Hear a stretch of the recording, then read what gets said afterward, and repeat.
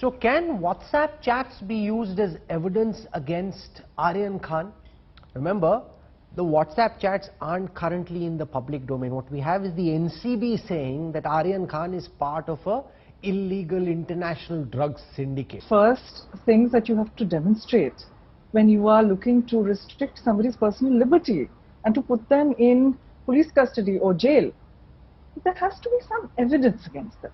The onus is on the accused to prove that he was not in possession of the drugs or he was not connected, and that will all be subject matter of trial. But as far as law is concerned, I am sorry to say that court goes by legal arguments. VIP or a minister or any such person, he will not carry his own baggage. In this case, Arbaz Merchant was found to be carrying the drug.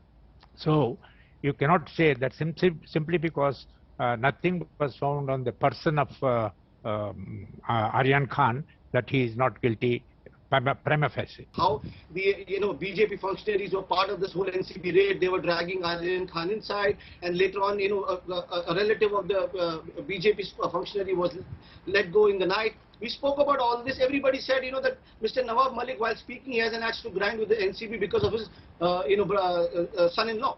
The point here is, this is what exactly I'm trying to tell you here is, his son-in-law was asked to come to the NCB office, and then he was detained. And then later on, they said that he had connection and he had links with, a haul which they did was almost like, 194 kgs of ganja. Am I worried about my teenage kids? Absolutely, as is anybody else. And this is not limited to a strata of society of being Shah Rukh Khan's son or somebody else. It could be somebody from the lower income groups as well. Now, if all countries are collectively taking drug abuse so seriously to get rid of the source, that is the supplier, should be the issue. I don't understand why the NCP is making this into a political issue. This is not a BJP versus NCP. In 2012, when Prime Minister Modi was then in the opposition, he said, massive hike in petrol prices is a prime example of the failure of Congress-led UPA. This will put a burden of hundreds of crores. Now the shoe is on the other foot. Will you concede it's easier to be in the opposition than in the government? Fuel prices in the recent past, over the last 1 year, have gone up from as low as $20 to $84. And currently, in the last run, from about $52 per barrel to $84. So therefore, fuel prices are rising. That's part one. Part two, it's easy to be in government also if you follow the UPA approach of the Congress, which is simply you mortgage the future by issuing oil bonds of 1,40,000 crores, as they did between 2005 and 2010, and let a future generation pay the burden. It's not very complicated. You pick up a loan, somebody has to pay it. You pay it after 10 years, so after 10 years, somebody has to pay it. Central government alone has collected 23 lakh crore rupees by increasing excise duty 13 times in its total tenure since 2014. You have so far paid 71,198 crore in oil bonds, which is 3.5% of only your share, not the total share.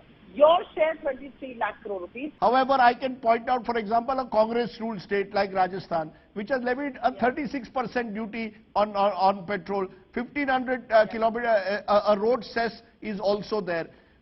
You can look at all your states. I look at all of them. Maharashtra 26% plus 10.12 liters has been added. Look at all the states that are there, except to some extent Tamil Nadu, which has actually cut duties. None of the states where there are opposition governments are willing to cut their duties as well. This is a federal structure. The central government has sequestered a large part of the fuel taxes. It collected 4 lakh crore rupees on fuel taxes in the last financial year alone, which was more than the income and the corporate tax. The central government's share I'm talking about. This is an attack on India's federal structure. Law and order is a state subject. Why should BSF have a role up to 50 kilometers inside from the border, sir? There is a problem. There is a problem with Pakistan. Their drones are sending arms. That drugs are being sent through drone. So, I'm shocked when a BSF person can chase a drone till 15, and in 15 kilometers he'll go and stand up and say, "Oh, local police, come and help us out."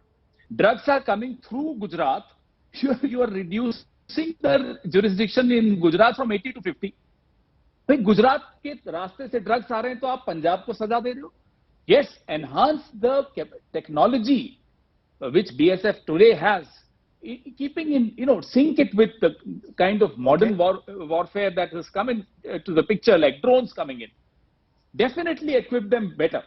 I have seen it in Punjab scenario that during the last Taliban regime in Afghanistan, how the drugs they came along with weapons to Punjab through Gurdaspur border out, and totally the youths in Punjab, they were affected. There was a civic war in Punjab. We lost our youth in Punjab. The CBI is currently investigating the role of BSF in cattle smuggling in Bengal.